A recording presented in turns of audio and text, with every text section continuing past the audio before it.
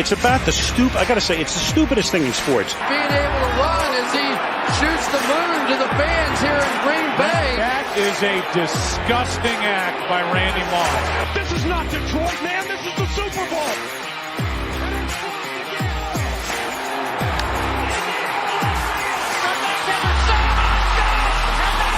Here we go.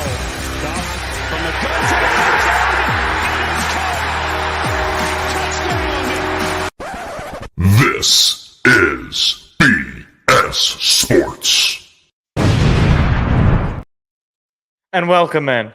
Welcome in on a Tuesday evening. It's beautiful outside. First of all, I just got to say, well, it was beautiful. It was really nice. It was nice looking outside when I left work, a little earlier today. Well, now I just feel like an idiot. I thought I was going to look out, I was going to see blue sky. I mean, it's still pretty nice out, but I guess we got a great show. It might not be a long show though.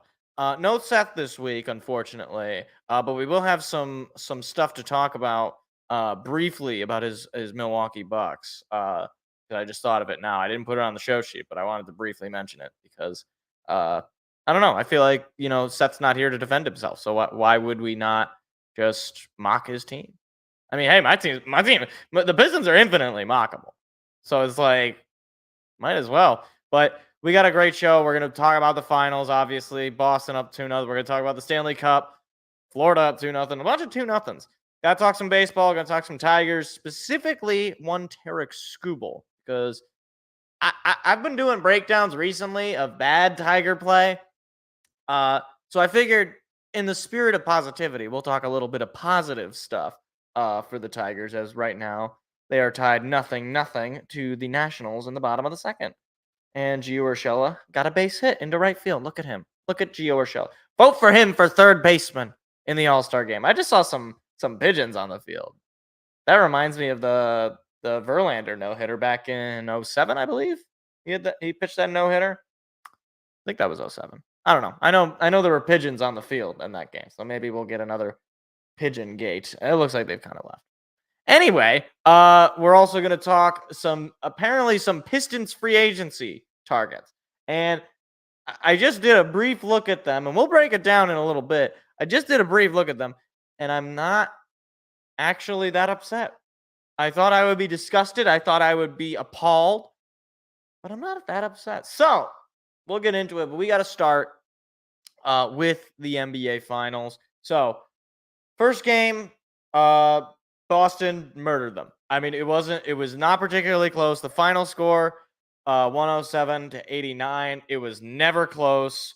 A really bad game for a lot of people on the Mavericks. I mean, they got a total of let's see, 2, 4, 7. Oh wait, no, not 7. 20. They got 20 total points off the bench.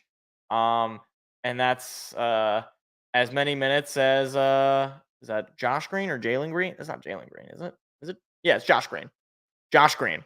They had as many points off the bench as Josh Green had minutes in that game, which is 20 for those of you who don't have the box score in front of them. But the story of game one initially was really Kyrie.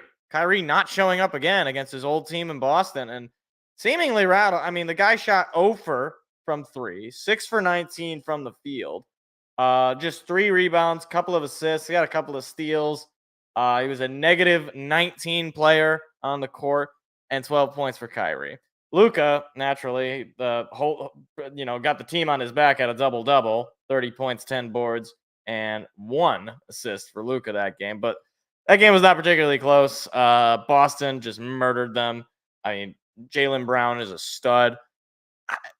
I know that there's been this kind of debate about, is Jaylen Brown the best player on the team? Is he better than Tatum, who is seemingly the face of that team? I personally, from an outsider standpoint, not a Boston Celtics fan, don't watch a lot of Celtics basketball. From an outsider standpoint, Jaylen Brown is a better player. Every time that there's a big shot or any time that, you need a big moment, it just seems like Jaylen Brown is the guy who does it. Whenever I watch Jason Tatum, and it's usually in the playoffs, I don't know. It's I guess I just never see him really go off. Really just start murdering people. He can make some fine plays on defense. In game 2, we'll get into it. He made some really nice rebounds, had some really good plays on defense. But a scoring threat, I mean, this game, he was 3 for 7 from 3, 6 for 16 from the field, 16 points for him. But a double-double. I mean, 16 points, 11 rebounds. I'm never going to be mad at a player who gets a double-double. Like, I'm just never. It's not going to happen. Not easy to do for one. And secondly, that's really good, right? Like double-doubles are not, you don't come by them all the time. But Porzingis coming back from that injury, and we'll talk about it later because might be the last we see of Porzingis this finals. But he has 20 points off the bench in 21 minutes. He was fantastic. They just dominated. I mean, top to bottom, Boston just dominated them in game one. It was not particularly close. It was never really close. Maybe early on when they started the game, it was close, like 0-0. That was probably when it was close. But outside of that, it was just a blowout. It's just no old-fashioned get beat up in the street corner. Maybe in downtown Boston. I don't actually know what Boston is. Boston an unsafe city? I've never been to Boston. I've never heard. The only thing I know about Boston is that Wahlburgers is there and they talk funny. And they got an obsession with Bills. They really like Bills. Bill Russell, Bill Belichick. It's about the only other. I can't think of any other Bills. Billy Buckner. Bill Buckner, huh? Any? It's yeah. What is it with Bills and Boston? Anyway, moving on to game 2, which I thought was the more interesting game. So for one, the game was interesting because it was a lot closer, naturally. So it was just a better game. But secondly, this was the Luka putting the team on his back and nobody helping him. They got a total of 2, 6, 9 points off their bench. 9. Like the German word for no, that's how many points they got off the bench. I mean, Derek Lively played 9 minutes and had 2 more points, or he played 19 minutes. Please, if he played 9 minutes, he'd be lucky to get 2 points. If he played 19 minutes and had 2 more points than me, and I like Derek Lively. Like going into the playoffs, I don't watch Dallas Mavericks basketball, but he was a lot of fun to watch. I expected a lot more from him, but Kyrie Irving again steals the show. He steals the show for not showing up again. Now, granted, slightly better. He had 16 points this time. Unfortunately, he was 0 for again from 3. Like, the guy is in the series so far, what is that? 0 for 8 from 3. Now, granted, it's been on the road, and I don't know that they don't change the distance depending on where you go on the road, but like, you can't do it. You can't go 0 for if you're like, it's Kyrie Irving. Like, this is the guy who hit the big shot in 2016. Like, how are you gonna go 0 for going up against your old team and just making a fool of yourself? Like that is what like gets me, is like this guy seemingly at every opportunity will find ways to embarrass. He's like Kevin Durant post Warriors. He just finds ways to embarrass himself. And I'm not opposed. I'm enjoying every second of it. Who's more embarrassed? Like, I think somebody I heard it somewhere. I read it somewhere. Like the Brooklyn Nets with James Harden, Kevin Durant, and Kyrie Irving. That's like the 3-headed embarrassment Hydra. Like that. Hydra has more than 3 heads, but that's like the it's the Cerberus of embarrassing people in the NBA. Just like, and not embarrassing other people, like them individually are embarrassments outside of their. I mean, I guess James Harden never won a title, but outside of Kevin Durant's title runs with Golden State and then Kyrie, but even Kevin Durant's. Anyway, I just like slandering Kyrie because it's fun and enjoyable. But the other thing about this game is that similarly, I mean, Jason Tatum, again, we talk about who's the better player on the team, Tatum or Brown. Tatum had a good game, but it's not like anything that's blowing you out of the way. I mean, he was a rebound away from a triple-double. So like he had a good game. But Jaylen Brown, 21 points. Jaylen Brown had a pretty bunch of down game. But Drew Holiday decided, you know what? I want blood. I want to murder people. And he got 26 points, 11 boards, double-double for him. Like, when I look up and down the box scores and when I watch the games, it's not like I'm seeing any. I mean, I guess Luka is out there just killing people or just playing amazingly. But the thing about it, like with Boston, it's like, well, you'll just get something from like top to bottom. You'll just get something. Like Al Horford had a terrible game. Okay, 5 points, 7 rebounds, the guy had a triple double. Not great. Okay, but Drew Holiday comes in and says, you know what? I'll shoot 11 for 14, 2 for 4 from 3. Like they just have a better roster. And I want to say it was Bob Myers on ESPN in the post game, and I think he said this was absolutely right about this. The MVP of this series is the general manager. like it's not not any one of these guys are like top 5 players in the league, right? I mean, maybe I'm wrong about that. I don't know. I'm just sort of this is a live reaction, okay? I wouldn't say that anybody on the Celtics is top 5 in the league, but they all contribute. Like Derek White contributes on the defensive end. He had a couple of blocks. He had 3 steals. Obviously, Jaylen Brown, he also had 3 steals. And he had, obviously, I already said the 7 assists, 4 boards. Like Tatum was obviously out there. He's getting a steal. He had 12 assists, 9 boards, 8 of them on defense. He had an offensive rebound. Like you only had 1 missed free throw on the offensive side. Or from the starters for Boston. That was Tatum, who went 5 for 6. Everybody else was making their free throws. Like, you have contributors top to bottom. Even, I mean, they really didn't even go to their bench all that much. Like, Tatum and Brown played 45 and 42 minutes respectively. Meanwhile, like 41 minutes of Kyrie, you wouldn't have known that he played 41 minutes because the guy got 16 points and didn't make a 3-point. He had as many 3 points as me. Like, but if you were to ask someone who's a bigger name in the NBA, Kyrie Irving or Jaylen Brown, 9 out of 10 people probably going to say Kyrie. And then the 10th guy is a Boston Celtics fan. But like, I think we're seeing a shift. And I've talked about this on the show before, and I've talked about this in previous segments. Like, we're moving away from these, like, just get like a bunch of superstars and throw them on a team. Like, I guess you could call Tatum or Brown, I guess you could call them superstars, but like to me, they're not like, steal the show. Like everything's about them. It's all about the team. It's all about the like when what's his name? Jason Kidd made that comment about Jaylen Brown being better. Like, I think a much weaker team psychologically that could have been some factor. But ultimately, I think it's probably been a conversation. I'm pretty sure like Jaylen Brown and Jason Tatum, no, I have no evidence of this. This is just my own conjecture. Like, I'm sure that they are aware of the fact that people have this debate about who's the Batman and who's the Robin of this, this starting 5.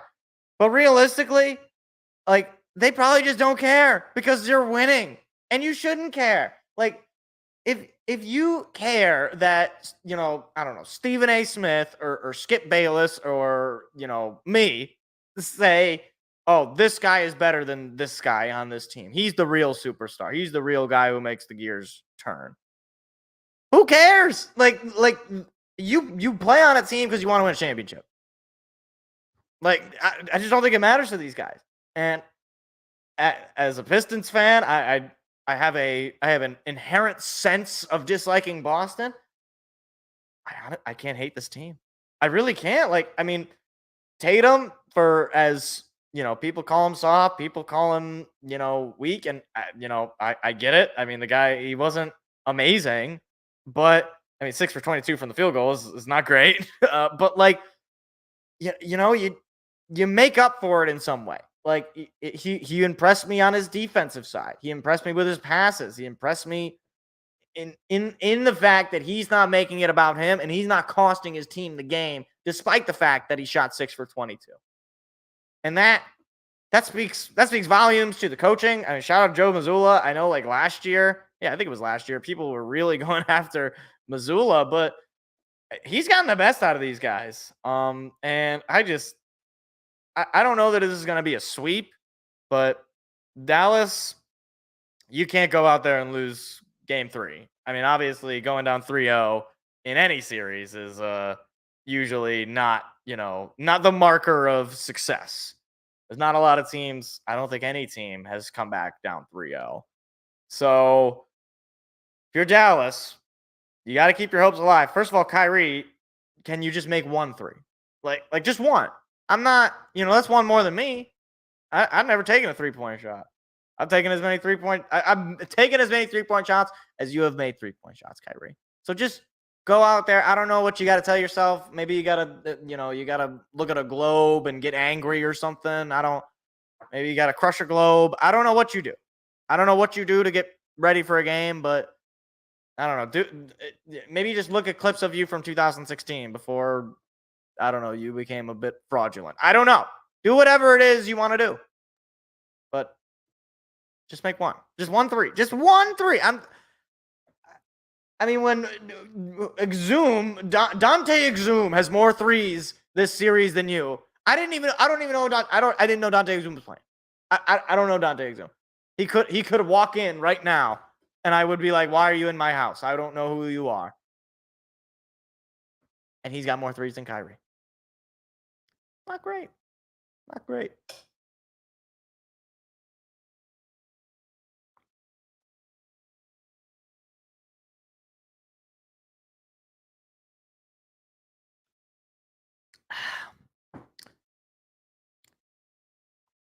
Looks like Jake Rogers just threw out his arm or something. Or he broke his hand or so. I don't know what's going on. They're looking at his hand. Oh, no, he's okay. No, he's all right. He's going back out there. Okay.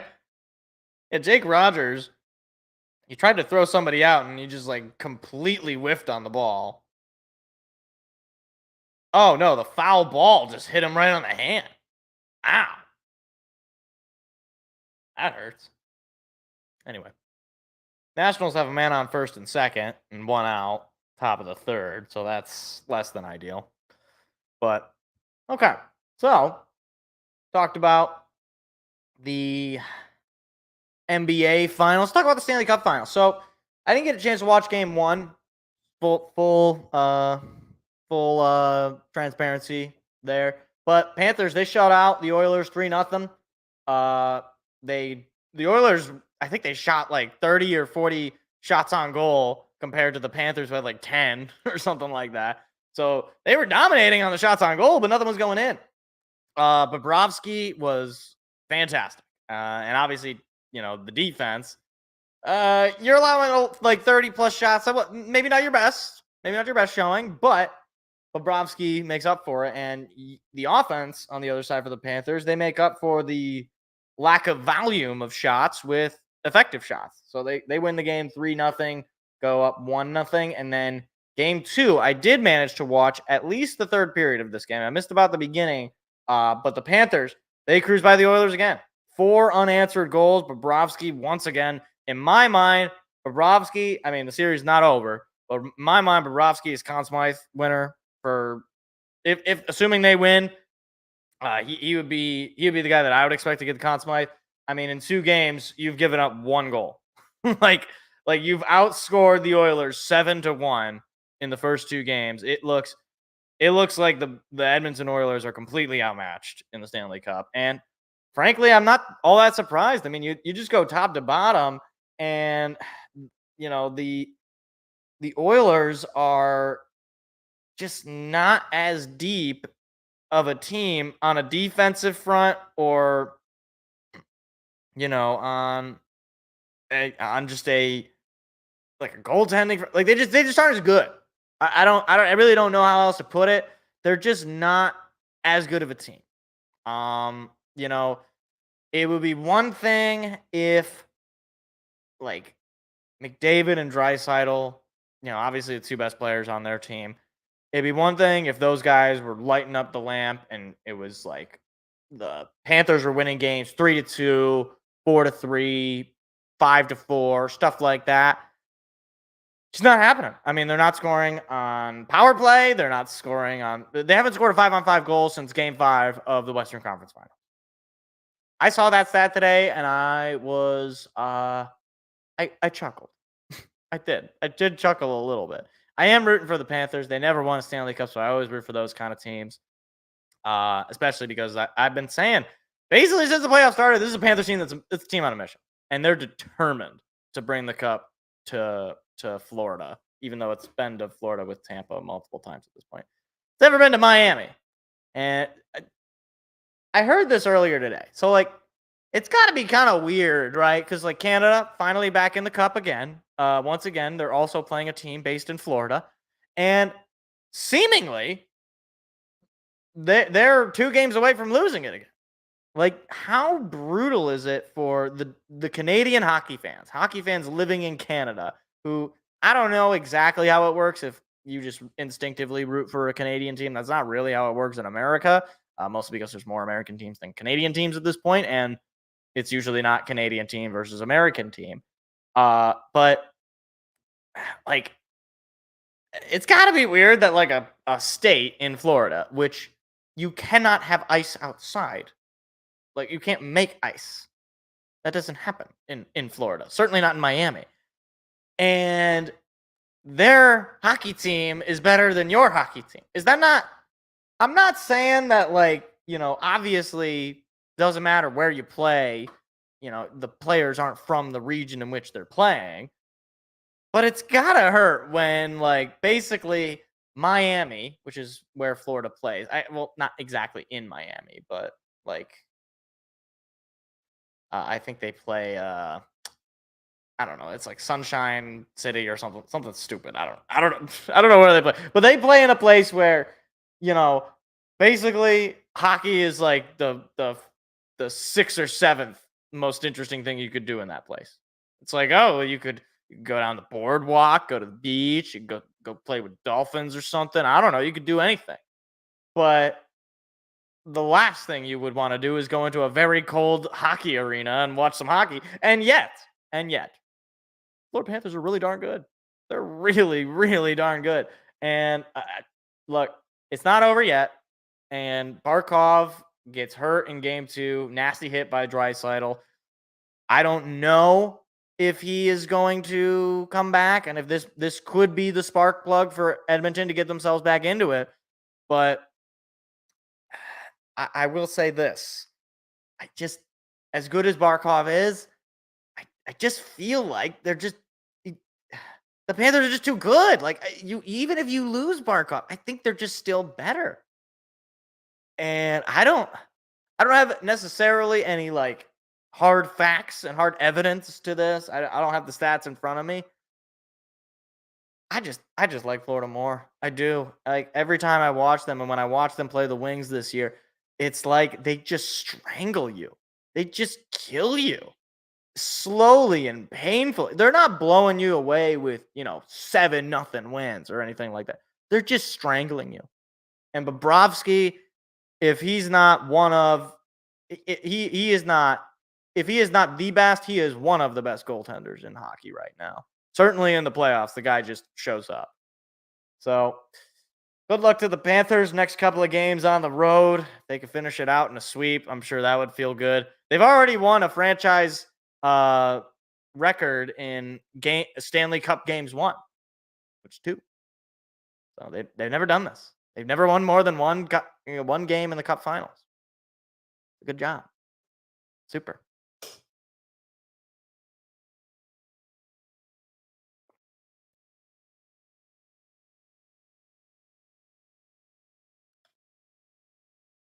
All right.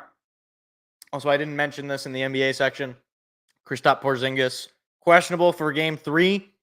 I don't know how much of an impact that's going to be on the game. In game 2, he was much less impactful than he was in game 1, but because it was one game where he was really impactful and another game where he wasn't.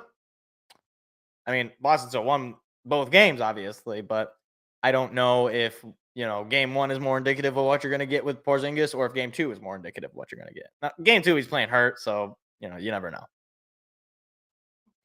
With that, this is a great way to transition into more NBA stuff, because we got to talk about the Pistons.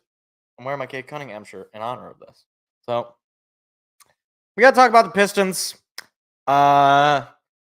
So this notification came across my cellular telephone the other day. NBA rumors. Pistons to heavily pursue Nick Claxton, Malik Monk, Gary Harris in free agency. So let's go through these one at a time. So Nick Claxton is a center, played this past year for Brooklyn. He's played his whole career with Brooklyn. Looking at his stats, and as someone who never watched any Brooklyn games, I like him. I'd be okay with this. Like, look, we've already amassed a lot of bad centers, and I don't know if Nick Claxton is really all that much of an improvement from any one of them. I mean, what do we got? We got Jalen Duren, we got Isaiah Stewart, and we got James Wiseman. Well, James Wiseman can be thrown to the garbage. So this guy, he already averages more points than James Wiseman a game. This past season, he had 11 points.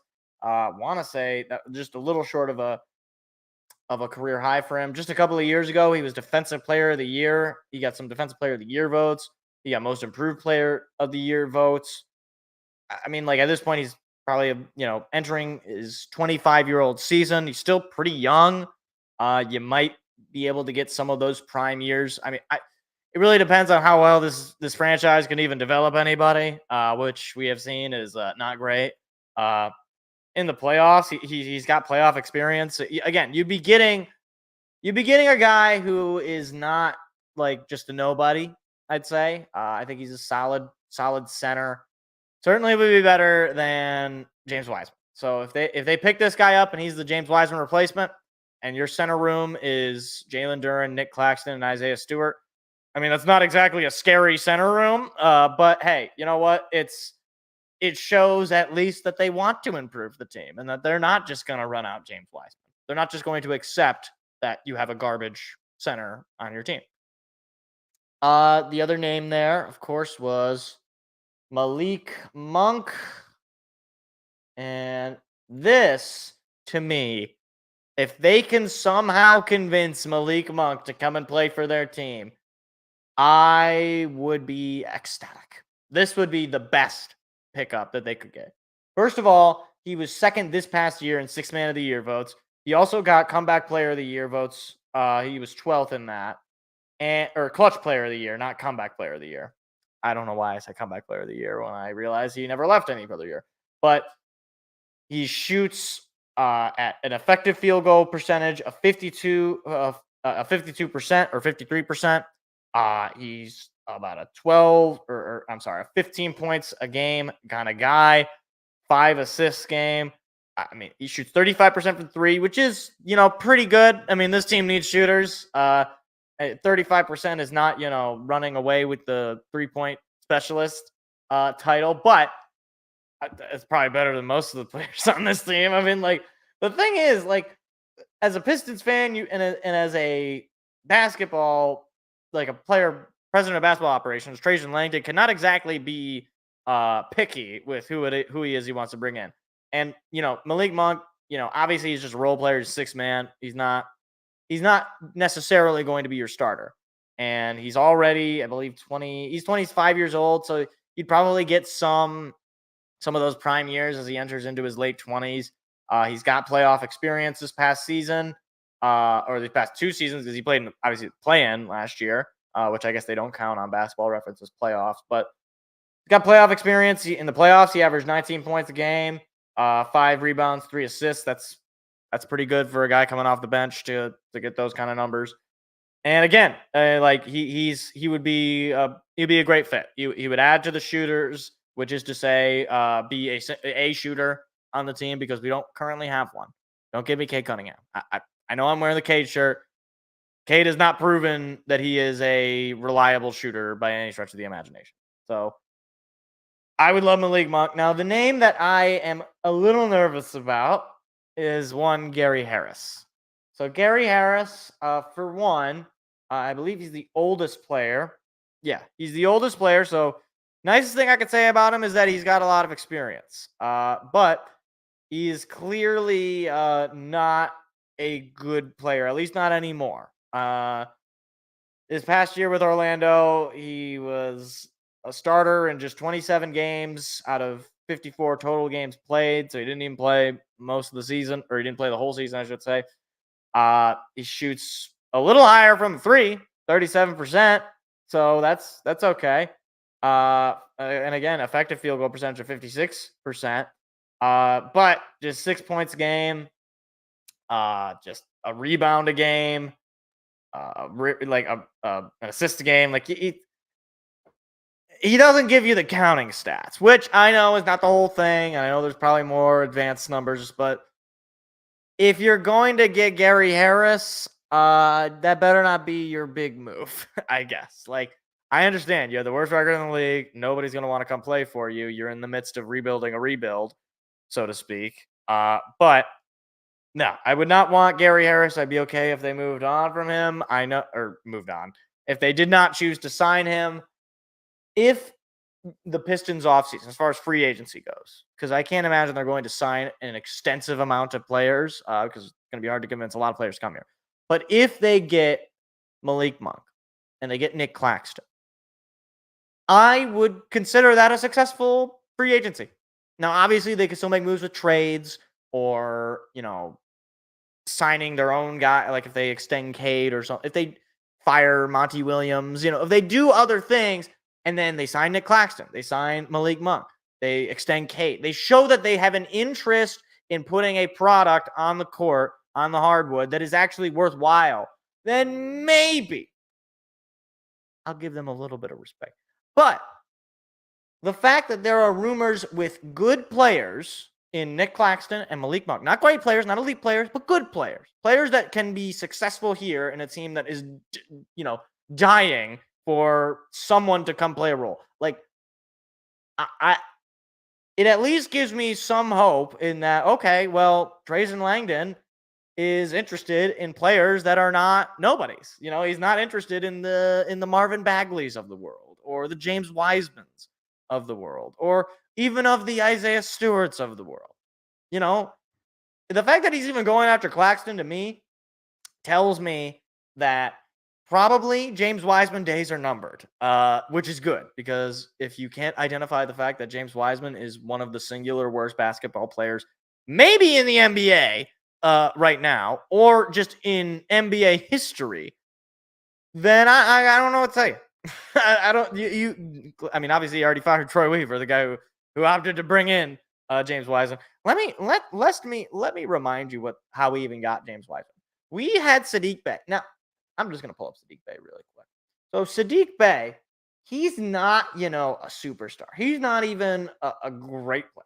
I mean, he was an all rookie, by the way. But 13 points, six boards, an assist a game. He's not blowing you away. We traded Sadiq Bey straight up, basically. This is how the exchange goes for James Wiseman. I will never, ever let that go. I don't care if Sadiq Bey ends up as like the journeyman of journeymen. He is light years more watchable as a player than James Wiseman. And look, to get back on topic, Nick Claxton, light years better than James Wiseman. Probably. Hopefully. He couldn't be worse, right? I mean, it's pretty hard to be worse. Like, I guess in my mind, like the fact that they are going after things that I see as like, okay, there's actually, and again, nothing has happened. Free agency obviously hasn't opened. The finals are still going on, and trades aren't open either. Like, it at least shows me that Trajan Langdon and company, seemingly, they might be interested in the things that are clearly problems for this team that Troy Weaver just completely neglected and focused on just hiring Monty Williams, essentially, and hoping he would fix all of his problems. Now, none of these moves would give me ultimate hope that Trajan Langdon has a plan. They give me medium to small levels of hope. If he trades Jalen Durant, if he trades Ivy or Cade Cunningham, and he gets like a haul, it's like, okay, I can identify what the plan is. Or if he extends Cade, like if he does something to where I can be like, okay, here's the plan. You're extending Cade Cunningham, okay. You're gonna have to build around it. Your moves outside of that are going to be to bring in players that would make Cade Cunningham his best and make those players that you're bringing in as good around him as possible, right? So this news was a bit hopeful, and I don't want to have too much hope with the Pistons because all they have done is hurt me. For 15 years, they've hurt Pistons fans across the street. I was going to say across the world, but it's really not. There's not that many of us. Certainly not anymore. If you went like, I don't know, let's say, I was going to say 15 years ago. If you went like 20 years ago, there was a lot of Pistons fans. I mean, obviously they win a championship, but there was a lot of Pistons fans in the state of Michigan. They were the talk of the town. Obviously, you win a championship. It was basically between the Pistons and the Red Wings of which team was bigger in the city of Detroit. Probably the Red Wings overall, but it wasn't like it was like an easy battle, right? Like Pistons were at least as popular as the Red Wings back in the day. And especially, obviously they have a lot of history.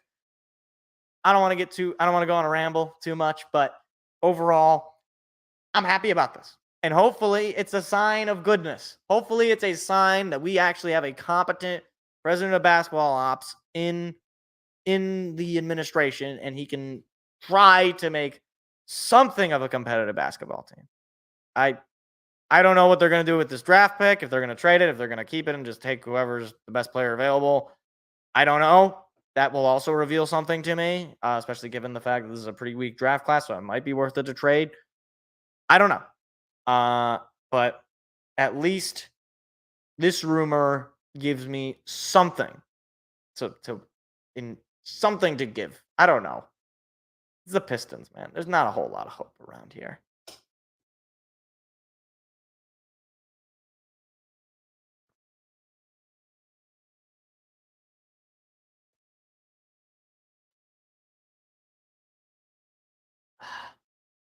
You know something? So while we were doing that segment, I think it was either that segment or the Stanley Cup segment. I watched Kenta Maeda walk with the give up a walk with the bases loaded.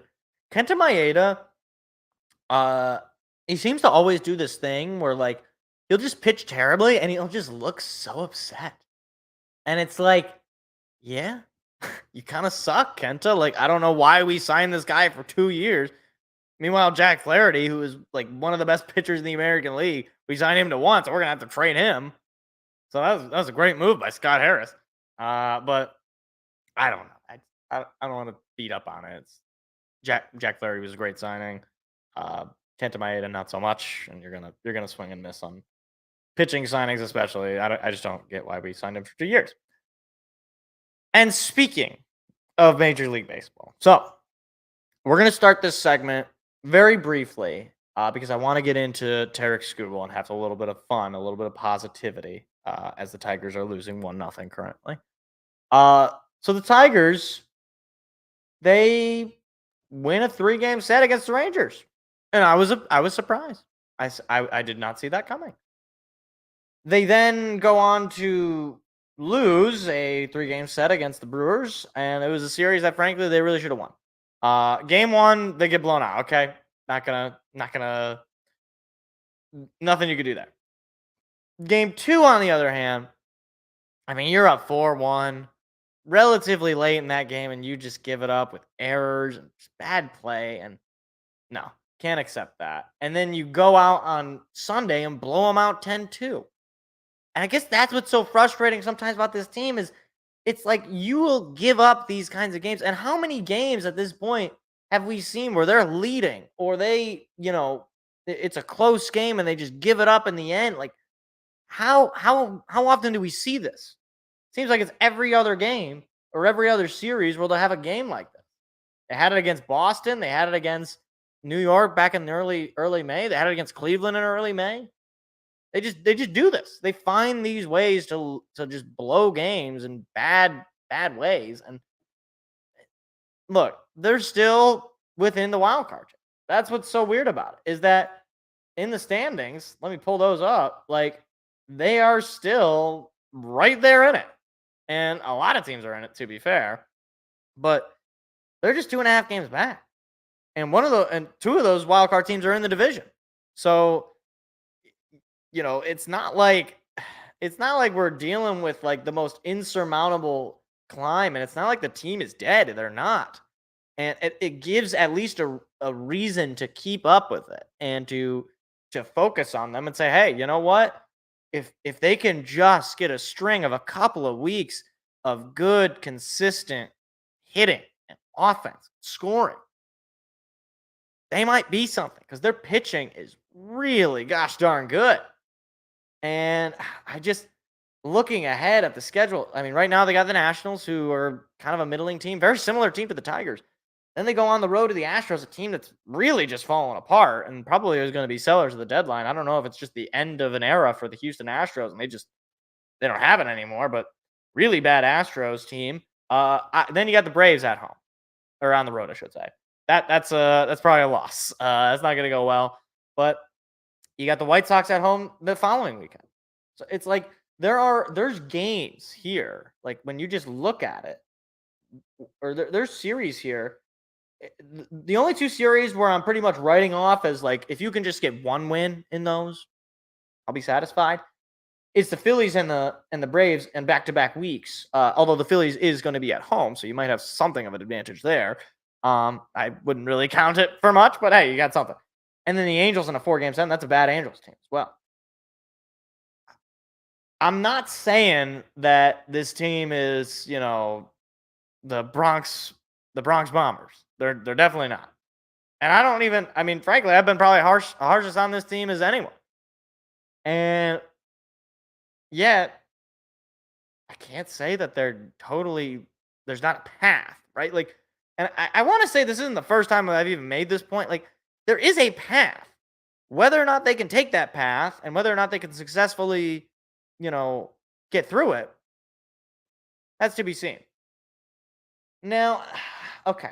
So last week we did a very sad segment. We talked about Spencer Torkelson because he got sent down. He was just absolutely awful, complete bust. Guy stinks of baseball.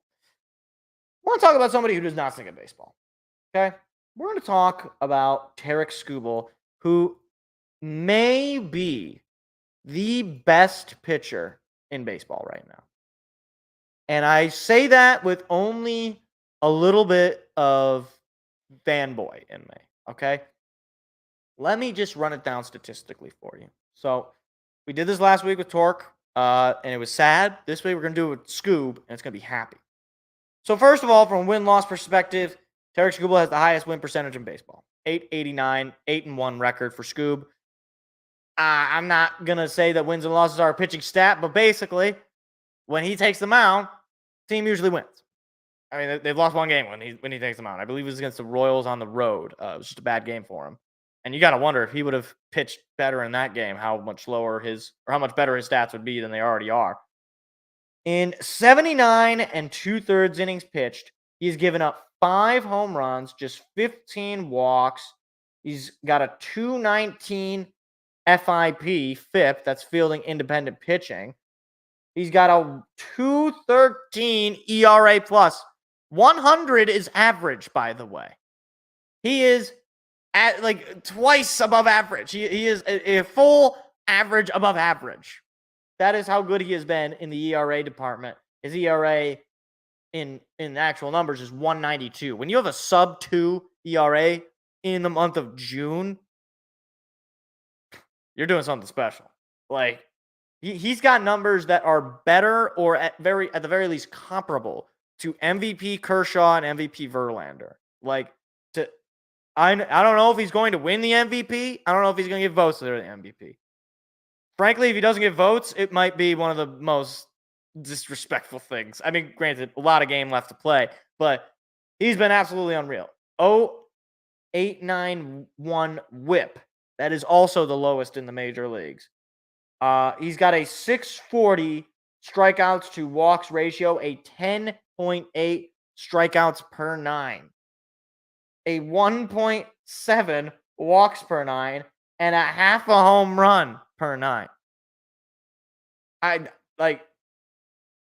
You can't make that up. Like, you can't make that. Is like video game numbers. Okay. Taking a look at some of the Fangraphs numbers here. On Fangraphs, he's got a 2.7 WAR. I want to say on Baseball Reference. Let's see, where do they have him in terms of WAR? I guess they don't have. Oh no, they do. They got him at 3.5 WAR on Fangraphs. So he's somewhere. He's probably around a 3 WAR player, right? 3 wins above replacement player. Absolutely unreal stuff. As far as other things, here's a stat that I thought was really kind of interesting. So batting average on balls in play is 267. So basically, when a ball gets hit in play, players are hitting slightly above league average. That's only when it's hit in play, because that doesn't happen a whole lot, because he's got 10 strikeouts per 9 innings. Okay? Like, that's unbelievable. Unbelievable stuff. Like, he has done everything possible to be just he's come out of nowhere. Like, he was a later round pick. He was not like, I think people would have expected these sorts of numbers from Casey Mize, who was first overall, and Casey Mize, meanwhile, is stinking it up. He's looking like he's going to be a bust. Meanwhile, Tarik Skubal looks like he might be the best pitcher the Tigers have had since Verlander, probably even potentially better than Verlander. Now, the question about whether or not you decide you want to trade or sign him, that's a whole other discussion. I've talked about that earlier. I wouldn't. I think you got to do one or the other. I think you got to extend him long term, or you got to trade him. And I don't think that's a particularly controversial opinion of mine, but that is what it is. Now, his Baseball Savant page is basically the anti-Spencer Torkelson page, in that there is nothing but red, except for his extension. I don't really know what this stat means, so I'm not going to reference it. Apparently, he's in the 36th percentile in extension. I'm assuming that has something to do with how he throws the pitch. I don't know. But in his expected ERA, he's in the 94th percentile. Expected batting average, 88th percentile. Fastball velo, 90th percentile. Average exit velocity, 83 percentile. Chase percentage, 77th percentile. Whiff percentage, 88 percentile. K percentage, 90 percentile. Walk percentage, 87 percentile. Bail percentage, 64 percentile. Hard hit percentage, 87 percentile. I mean, like, there is not a stat where he is not at least in the 64th percentile. And, like, that is, Frank, yes, that is MVP kind of stuff. Like, if you look at on the Baseball Savant pages for the Juan Sotos, for the Aaron Judges, they have very similar percentiles. In, obviously, one's a hitter and one's a pitcher, the other are hitters. But Tarik Skubal is basically one of the reasons that the Tigers are even in a wild card spot, because every time he pitches, it's basically a guaranteed win. And like, he's not just beating up on bad teams. He's doing this to everybody. He did it to the Brewers. The Brewers, who are a playoff team. Like, the Brewers are leading their division. Brewers are 12 games above 500. Like, we're not talking about him doing this against the Marlins or the Rockies or the Chicago White Sox. Like, he's doing it to everybody. And look, again, I'm a Tiger fan. I'm not trying to hide the bias here. Like, I do think when all is said and done, like, he should at least get some MVP votes. I have no doubt that he's going to be in the All-Star game. Short of him, getting hurt and being unable to play, I got no doubt this guy is going to be at least one of, if not the only All-Star rep for the Tigers. There's something I was thinking about. I don't even remember the last time the Tigers had a legitimate All-Star rep that was a hitter. Like, not like a, not like Miguel Cabrera a couple of years ago when they did the little, like, final All-Star game for Miggy and Albert Pujols, which is kind of weird because Miggy still had one more year to go and Albert Pujols was in his final year. But anyway, like, I actually can't think of who the last one was. Like, maybe Nick Castellanos, maybe JD Martinez. I don't know. But look, the fact is, if you are a baseball fan and somehow you've managed to avoid Tarik Skubal, just look at his Baseball Savant page. Just look at some of the highlights he's posted this year. Just go, you know what you can do? You can find the games he started in and just go on the Detroit Tigers official social media page on YouTube, and you can find the highlights of the games that he's pitched. And just watch the highlights. You are going to be stunned. If you somehow, because I know Tiger Baseball is not exactly a, highly popular brand in baseball generally. But I'm just saying, especially as the trade deadline becomes closer and closer, teams are going to be calling about Tarik Skubal. And this is going to change one way or the other, the trajectory of the Tigers is going to be determined whether or not they decide to extend Tarek Skubal or to trade him away for probably what could be one of the bigger hauls at the trade deadline. Because, yes, this guy is MVP good. He's already Cy Young good. Like, I think that goes without saying. This guy is right now the front runner for Cy Young, potentially front runner for the ERA title. Like, but man, oh man, like if they do trade him away, I'm just saying, I'm not saying that it's necessarily the best move or that it's the only option.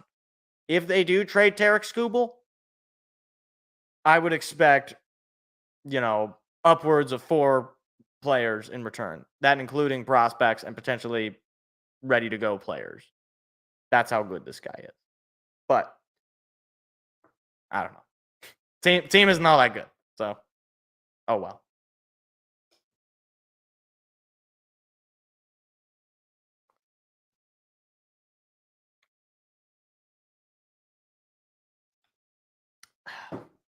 All right. That's it. Hey, I said it would be a little bit of a shorter show. So, I wouldn't lie. Why would I lie to you? Come on. Do I look like a liar? Don't answer that. So that is going to be it for tonight's show. The Tigers are losing 3-0 now to the Nationals, and I will never forgive Kenta Maeda. Now, granted, he wasn't even pitching for a lot of that, but I'll still never forgive him. I can't believe we could have signed JD Martinez with that money. Could have. We chose not to. I'm going to let it go. So, next week we will break down more sporting news of the week. We may or may not have an NBA or NHL Stanley Cup champion to crown next week. So that could be a lot of fun. Definitely keeping an eye on those series. No games for that tonight. We're watching baseball anyway. So, throw that on. And, yeah, should be a good week in sports. And the NBA draft getting closer and closer every day. And, of course, the trade deadline for MLB. I believe it's 5 weeks away, something like that. So, with that being said, hope you all enjoyed hanging out, listening in, and I will see you guys next week. Clips of the show will be uploaded tomorrow, so keep your eye on that in case you missed it. And yeah, be sure to hit the like, be sure to hit the subscribe, and I will see you guys all next week, hopefully for some more fun sporting news. Maybe the Tigers will even be in the playoff. Probably not, but hey, you never know. Have a good night, everybody, and I'll see you all next week. Good night.